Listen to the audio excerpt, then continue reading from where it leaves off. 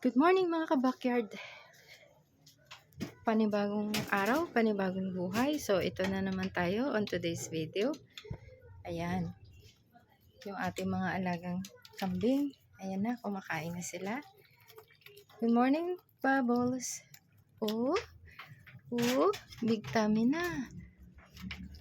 Disturbo ka ha, sabi ni Bubbles. So, ayan na sila oh.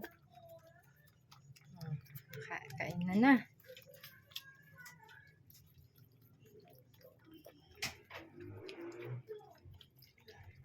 Tayo ay pagkatapos ng nilinis tong nila, kwarto-kwarto. Sunod nito is linisin na naman natin yung kanilang sa ilalim ng kanilang kulungan. Ayan. Tayo ay maglinis na ulit. Ito, walis-walis time. Yan.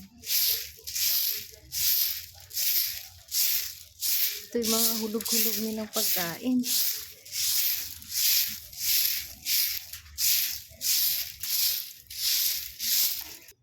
Yung mga pala nila mga ka-backyard, yung mga manure nila, inaano ko yan, binibilad.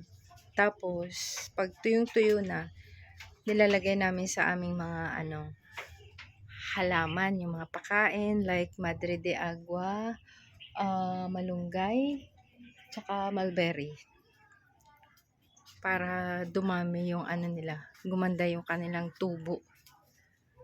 Kasi sabi nila ito daw yung pinakamainam na manure. Patuyuin mo lang siya at least 3 days, yung makikita mo lang tuyong-tuyo na, pwede na yan.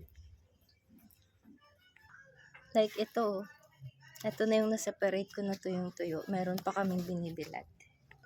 Andyan, tinatakpan ko lang siya para just in case umulan. Pero ngayon, kukunin ko to para, ayan o.